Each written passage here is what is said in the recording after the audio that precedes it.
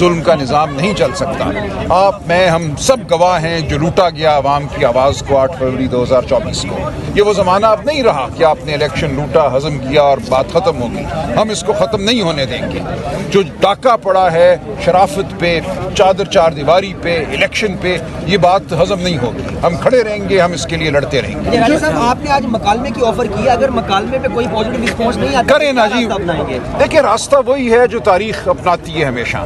عوام کو، قوموں کو اپنے فیصلے کرنے ہوتے ہیں، سیاسی جدوجہد کرنا ہوتی ہے. پاکستان کی سڑکیں، پاکستان کے میدان ہمارے ہیں. ہم یہ چاہتے ہیں کہ بند کمرے میں بات نہ ہو، کھلے میدان میں بات ہو، ایک ایوان میں بات ہو. ہم پہلے بات کرنا چاہتے ہیں، بات کے ذریعے معاملات کو حل کرنا چاہتے ہیں. اگر ایسا نہیں ہوتا تو پھر ہم آواز بلند کریں گے. ہمارے پاس کوئی چارہ نہیں رہے گا سوائے اس کے کہ ہم سڑکوں پر چلیں.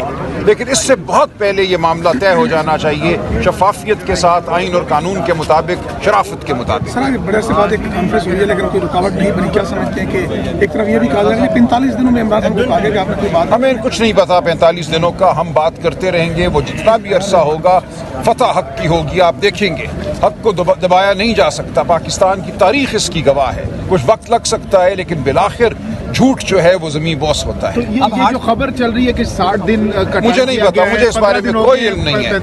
مجھے اس بارے میں کوئی علم نہیں ہے، میں کچھ نہیں جانتا. ملاقات نہ کرنے کی وجہ کیا ہو سکتی ہے؟ آپ بتائیں نا کیا وجہ ہو سکتی ہے. مجھے ملاقات نہ کرنے دینے کی کیا وجہ ہو سکتی ہے؟ کیا وہ چاہتی ہیں کہ عمران خان بند رہیں ایک کمرے میں، ان کو وہی ملے جس کو وہ چاہتے ہیں کہ وہ ملے؟ کس طرح یہ بات قابل قبول ہے؟ یہ ہمیں قابل قبول نہیں ہے، پاکستان کے عوام کو قابل قبول نہیں ہے، اور یہ عمران خان کو قابل قبول نہیں ہوگی. عمران خان کا حق ہے کہ ان کے پارٹی کے رفقا، ان کے خاندان کے لوگ ان کو ملیں. ان کی اپنی جو منشا ہے، جو ان کی اپنی خواہش ہے، اس کے مطابق ملیں.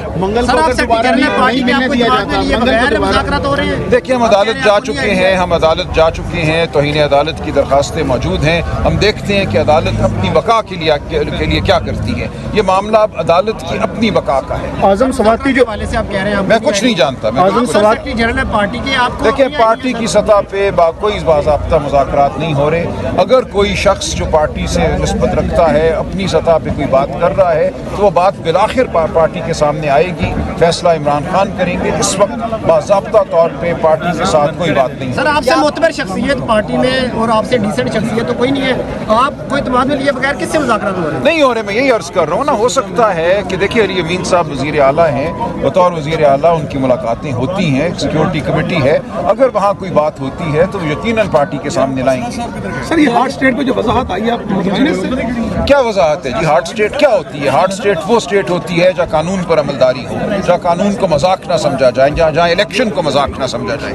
ایک دفعہ جب آپ الیکشن کو، قانون کو، عدالتوں کو مذاق بنا دیتے ہیں اور عوام سے کہتے ہیں کہ ہمارا حکم چلے گا، تو اسی دن وہ اسٹیٹ جو ہے بالکل وہ پاش ہو جاتی ہے. ریاست رہتی نہیں، پھر صرف جنگل رہ جاتا ہے. منگل کو دوبارہ دھرنا دیں گے اڈیالہ کے بعد؟ لیکن دھرنا ہم نے کبھی بھی نہیں دیا. ہم وہاں جاتے ہیں، وہ ہمیں روک لیتے ہیں. جب روکتے ہیں تو ہمارے پاس کوئی چارہ نہیں رہتا سوائے اس کے کہ ہم وہاں کھڑے رہیں یا بیٹھ جائیں. تو کب تک یہ چیز برداشت کرتے رہیں گے آپ؟ دیکھیں، یہ اب عدالت پر منحصر ہے اور پھر ہم دیکھتے ہیں. عدالت نے تو آلریڈی حکم جاری کیا ہوا ہے. عدالت کو پھر بلانا ہوگا، عدالت کو انتظامیہ کو بلانا ہوگا، پنجاب کی چیف سیکرٹری کو بلانا ہوگا، جیل کی انتظامیہ کو بلانا ہوگا اور بیلف کے ساتھ ہمیں بھیجنا ہوگا. اچھا سر، کچے کے ڈاکو کا اتنا لمبا ہاتھ ہے کہ وہ اسلام آباد سے بندے اغوا کرتے ہیں اور میرے شہر رحیم خان تک لے جاتے ہیں. دیکھیے کدھر ہے پھر ریاست؟ یہی تو میں کہہ رہا ہوں. ہارڈ اسٹیٹ کا دعویٰ کرنے والے بتائیں نا کہ ملک میں تو اب ریاست نظر ہی نہیں آ رہی. ہر سطح پہ ریاست تحلیل ہوتی نظر آ رہی ہے. اور اسی لیے ہے کہ لوگ سمجھتے ہیں کہ ریاست کا کوئی اخلاقی جواز نہیں ہے. دیکھیے، ریاست بندوق اور گولی کی بنیاد پر نہیں قائم ہوتی. ریاست قائم ہوتی ہے جب عوام کو لگے کہ یہ ہماری ریاست ہے، یہ ہمارے نمائندے ہیں. ریاست پہ اعتماد ہو. ریاست کا ایک اخلاقی وجود ہوتا ہے. جب ریاست کا اخلاقی وجود ختم ہو جائے تو صرف ایک ڈھانچہ رہ جاتا ہے. آج ہم اس جانب بڑھ رہے ہیں. سر، کیا آج اس کانفرنس کی رکاوٹ کوئی بنی گئی کوشش کی؟ بالکل بنی گئی. آپ نے عمر ایوب صاحب کی زبانی سنا ہوگا. آپ مزید تفصیلات علامہ ناصر سے لے سکتے ہیں. دیکھیں، یہ ایک کنونشن تھی. یہ کوئی باقاعدہ جلسہ نہیں تھا، سیاسی جلسہ نہیں تھا. ایک کنونشن تھی. اس پہ بھی جو مجھے اطلاع آ رہی ہے بہت خفگی کا اظہار کیا گیا. اس کو روکنے کی کوشش کی گئی لیکن بہرحال یہ ہو گئی.